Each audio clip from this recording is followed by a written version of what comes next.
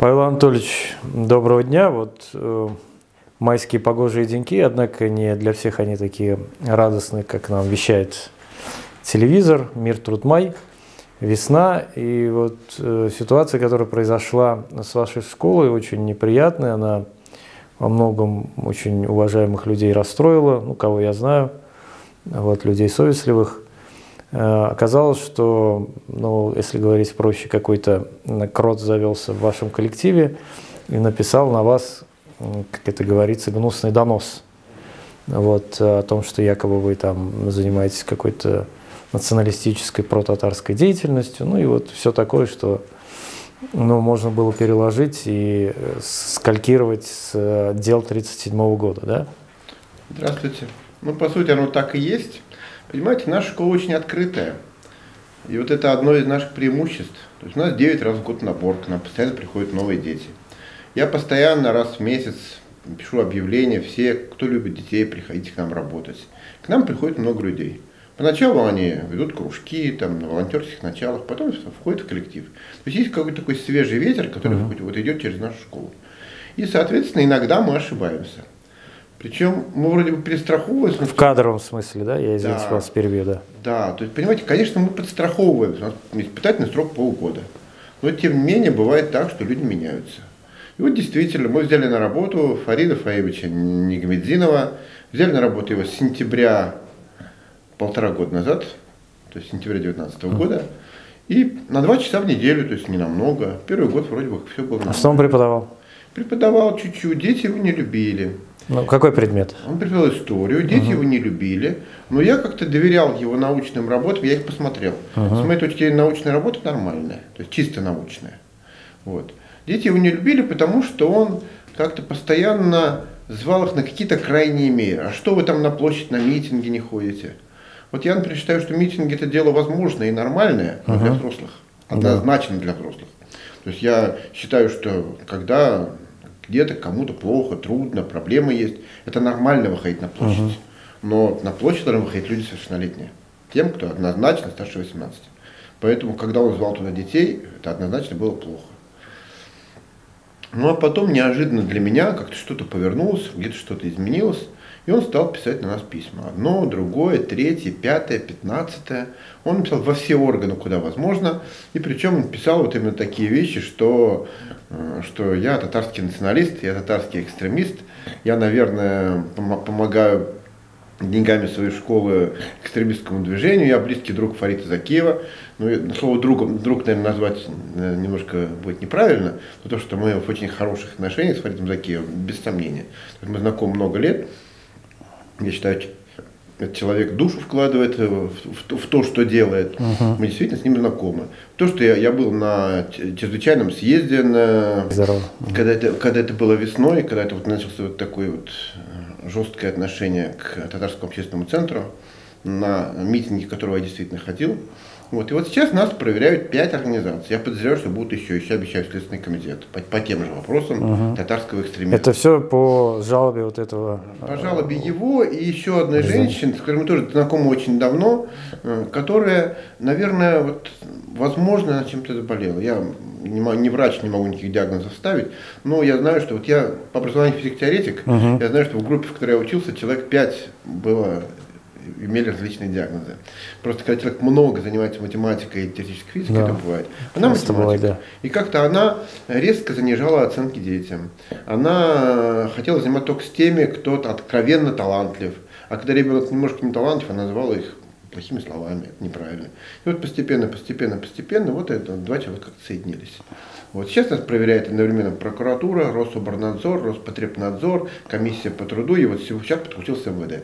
Сейчас полковник МВД сидит у нас в школе, праздники, казалось бы. Владимир Владимирович Путин объявил нерабочие дни, тем не менее МВД работает, и МВД сейчас у нас в школе. И по этой простой причине. Причем люди, которые к нам приходят, это люди разные. В том числе совершенно нормальные люди есть, которые говорят, нам написали, мы обязаны проверить. Отреагировать. Да, отреагировать. Я не говорю, что они все плохие люди. То есть я не очень люблю контролирующие органы. Но тем не менее не могу сказать, что все они плохие подлецы. Знаете, есть такой красивый пример. Я так получилось, провел 11 лет в Финляндии. И много раз люди спрашивали, почему Финляндия добилась таких красивых успехов в образовании. Причем образование не талантливых детей, а именно всего народа. И есть несколько причин. Для меня главной является одна, что они в 70-х годах отказались от надзора над учителем. Вы заметите, у нас есть, скажем, организация ФСИН, Федеральная служба исполнения наказаний.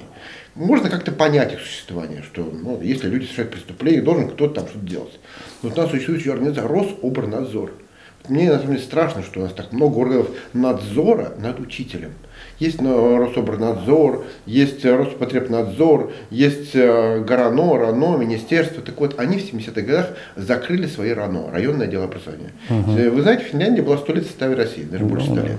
И у них система образования в 70-х годах прошлого века была очень похожа на нашу. Вот когда они отказались от надзора над учителем, произошла такая вот интересная вещь. Лет 20 было сложное состояние. А через 20 лет, через 20-25, примерно к 2000 году, произошла следующая вещь, что свободный учитель стал работать лучше, чем человек, над которым надзирают.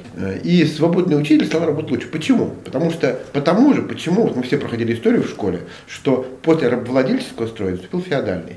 То есть свободный человек всегда работает лучше, чем раб. Сколько надсмотрщиков над ним не ставят. Так вот у нас много надсмотрщиков над учителем. А у них к учителю даже войти в кабинет нельзя. Без его приглашения. Даже директор школы не может попроситься и войти к учителю на урок. А меня спрашивают, а как же тогда, вот эти учитель не прав в чем-то. Вот был у меня такой пример. Когда учитель пришел на урок, я не знаю, в каком состоянии он был. Он был как-то немножечко не похож сам на себя. Между нами говоря, может быть, он там в предыдущий день, может, много выпил. Понимаете, в этот день был трезвый. Но он был немножко как-то чуть неаккуратно одет, чуть-чуть. Дети рассказали все родителям. Родители пришли в этот же день в школу, еще через 2 дня учитель сам уволился. Это называется вот общественный контроль. Вот это вот общественная позиция народного контроля. Действительно, когда это правда делает народ. Вот такая вот ситуация сейчас. Скажите, пожалуйста, вот за последние годы внимание различных контролирующих органов к вашей школе, оно увеличилось? То есть так или иначе, ведь, я помню даже, мои одноклассники, с кем я учился, они уходили там в 11 классе, и, значит, в школу солнца, вот Лили Бариева, например. Значит, мои одноклассники, да, мы учились во второй гимназии вместе в одном классе. И тогда уже, про школу солнца было известно, что это хорошая школа, значит, там у нее там хороший состав преподавательский, да, учительский. И как-то было своеобразие определенное. Все знали, что это своеобразная школа, которая, выделяется из ряда, да, из стандартизации общей. Понятно, что к вам интерес, помимо такого творческого образовательного, всегда был интерес различных правоохранительных органов, или это только в последние годы? Знаете, все началось с того, что когда-то у меня была школа, когда вы рассказали про Лилю Бариеву, это был академический колледж, это были 90-е годы. В 97 году меня первый раз уволили, через месяц восстановили после писем разных моих друзей, в частности, после письма из аппарата Хиллари Клинтон, с которой мы вместе кофе пили за 2 недели до этого. Я просто всем друзьям в России за границей написал письма. Я думаю, что сама Хиллари даже не знала об этом письме. Я просто в ее штаб написал письмо, а тут шел запрос Шаймиеву, Шаймиев пригласил меня, попросил написать ответ, и через 2 недели восстановил, дал еще одно здание. Но мэру дал выговор тогда, Камилю Исхакову. Камиль Исхаков этого выговора не забыл. Через 2 года все-таки сумел меня уволить в 99-2000 годах. И я уехал сначала в Москву, потом за границу, потом в Финляндию. Там 11 лет жил. Я женился на финке, у меня появились дети, и я там жил 11 лет. Мэр Казани новый, приехал перенимать опыт передовую страну в области образования в Финляндию. И в этом познакомились со мной. Он меня пригласил в 11 году. В 9 году пригласил, в 11 году я приехал после нескольких приглашений. Приехал в Россию. И вот тогда, когда я в 11 году приехал, я стал директором лицея имени Лобачевского. Это очень красивая, интересная школа, ту, которую сделали из моего академического колледжа, с теми же зданиями, только добавили еще одно красивое здание. И вот пришла очень интересная история. Когда я в конце августа стал директором, я получил все документы, в частности тетрадку, которая у меня до сих пор хранится дома, за которой 2 раза скрывали мою квартиру, 1 раз мой кабинет, в которой были написаны, кого туда и как берут. Там из 600 человек на 2011 год 243 было зачислено слева. Это была дочка первого зампрокурора республики, дальше дети сотрудников налоговой инспекции, а в первой строчке была рекомендация Людмилы Морской, прокурора, потом помощника прокурора города. И вот через нее шел громадный поток детей в лице Лобачевского. Там было много фамилий, там было, повторяю, там много десятки фамилий. Просто я запомнил ту самую первую строчку, у меня на памяти всегда есть. И вот когда ко мне стали приходить люди, что мы от того-то, мы от того-то, я с мэром посоветовался, он сказал, делай, как считаешь нужным. То есть я тебя пригласил, так сказать, я тебе доверяю. Это было так, хорошее время, когда я только был приглашен мэром по согласованию с президентом. Вот.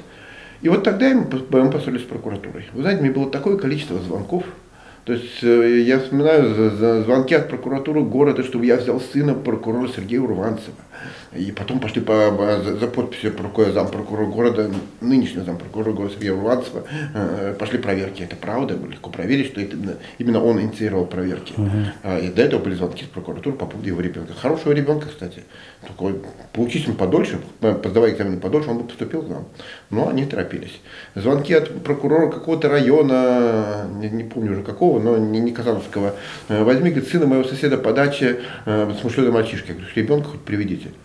Он удивленно, зачем? Я же к вам представился. Вот оно. Когда я в сети читаю письма детей, я очень люблю детей, дети не виноваты, что это такие родители.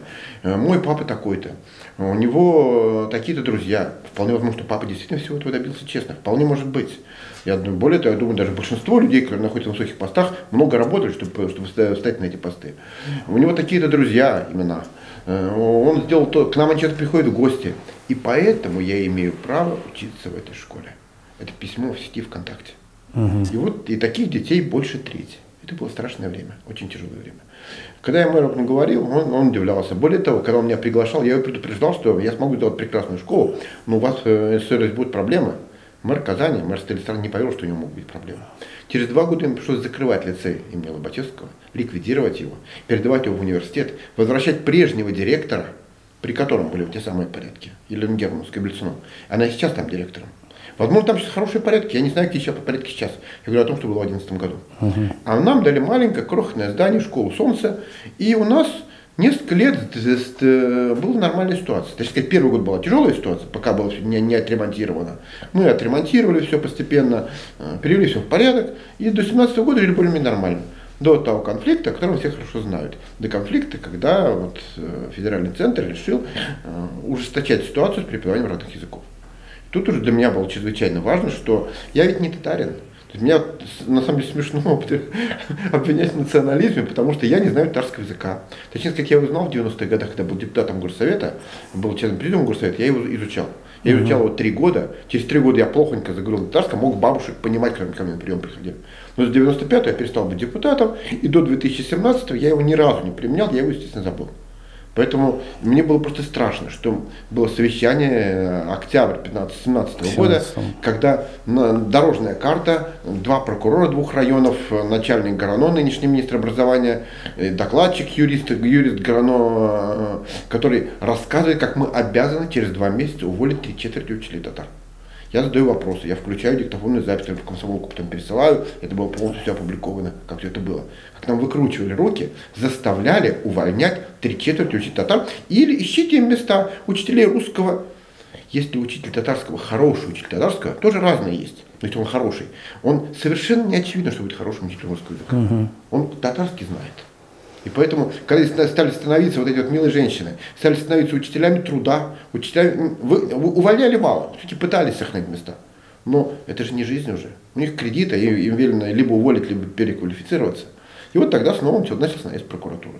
Мы прошли все ступеньки, мы постепенно, в конце концов, проиграли все суды, но это было не главным. Главное, что мы сохранили татарский язык. В течение еще полугода сохранили полную нагрузку всем учителям. Ведь на самом деле в школах бывают изменения учебного плана, и это нормально, но они всегда происходят летом, когда есть время, когда можно найти работу, можно что-то придумать, переквалифицироваться, когда делать спокойно, но не в Новый же год увольнять учителей на улицу.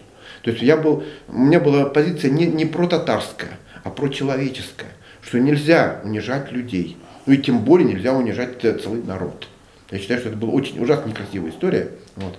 И вот именно тогда я, на самом деле, очень близко подружился с многими людьми, чьи взгляды, на самом деле, не всегда совпадают с моими. Важно, что они болеют за свой родной язык, за свой родной народ. А для меня было существенно, что нельзя унижать людей. Я на самом деле считаю, что и в конце 90-х не все было хорошо. Когда поднималось, все татарское поднималось, и это хорошо. Но когда на этой волне, когда поднималось все татарское, немножечко теснили учителей русского. Это было не так грубо, как вот сейчас в 17-м. Но все-таки это тоже было. И тогда, если бы я тогда о чем-то вот явно выступал, тогда я был еще молод, много чего не понимал, Тогда бы я защищал других людей. Более того, я понимал эту позицию. Я считаю, что всегда надо защищать слабого. Всегда надо защищать человека, на которого нападают, которого унижают. И вот с 17 года внимание это обострилось, и это длилось, ну, года 2, наверное. Потом вот сейчас с года 1,5 было более-менее спокойно. Сейчас с новой силой. С новой силой. Причем, понимаете, ведь у нашей школы очень хорошая позиция. Вот сейчас у нас 6 ребят выступали на Всероссийской Олимпиаде. У меня двое ребят по математике победители Всероссийской Олимпиады по математике. Одна девочка призер Всероссийской Олимпиады по английскому. У меня школа всегда в 5-ке, 7-ке лучших школ по республике. То есть, причем мы государственная школа, мы муниципальная школа. То есть школа, в которой с деньгами-то плохо. То есть мы не частная школа, мы не IT-лицей, который имеет федеральное подчинение. Мы не школа Летова, которая живет на деньги миллиардера. Мы, на самом деле, бедная муниципальная школа, которая, если и помогают, то родители. Знаете, как нам родители помогают? Мы не собираем с детей на уборщицу, на вахтера. Но вот у нас кончились парты нормальные, но постепенно они ломаются. А государство не покупает новых парт. Я просто написал объявление в сети, говорю: уважаемые родители, может кто-нибудь может принести из дома, из офиса, хотя бы несколько столов. Мне принесли 40 столов. То есть у меня сейчас нормальная ситуация, все могут сидеть нормально за отдельной партой, или вдвоем, или по одному. То есть вот так помогают, по доброй воле, когда вот душа просит.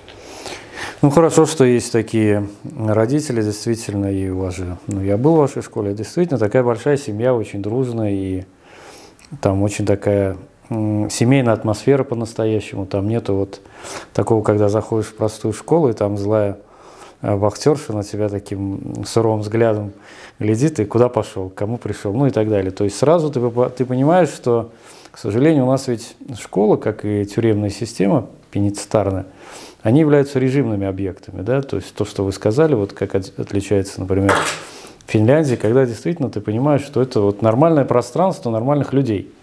А у нас все вот переводит в эту режимность. Ну и в этой связи я хочу пожелать вам, чтобы все это закончилось очень хорошо. Вы человек очень крепкий, боец по-настоящему. Мы с вами знакомы достаточно давно, и я знаю, что вы принципиально стоите действительно на позициях правды, законности, и я думаю, что так или иначе она будет на вашей стороне, справедливости. Ну, единственное, что мне хотелось бы сказать в заключение, что мы все равно продолжим оставаться открытой школой. И уж раз так получилось, что мы немножко говорили про татарский язык, мне всегда не хватает людей, которые искренне любят татарский язык. Людей, которые знают, хватает. Вот если есть люди, вот кто нас слушает или смотрит, которые любят татарский язык до той степени, что могут влюбить детей в татарский язык, это очень важная для нас вещь. Повторяю, знающих много, а любящих и влюбляющих мало. Да, если таковые будут, пишите, пожалуйста, нам в комментарии, мы вас сведем с руководством школы и, так сказать, может наладиться действительно какое-то сотрудничество хорошее. Спасибо вам. Спасибо большое.